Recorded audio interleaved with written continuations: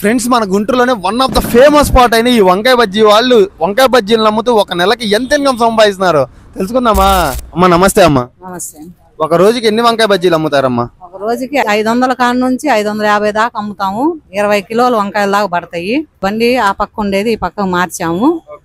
అక్కడైతే ఇంకా 650 దాకా అమ్మేవాళ్ళం. ఒక వంకాయ బజ్జీ ఎంతమ్మా?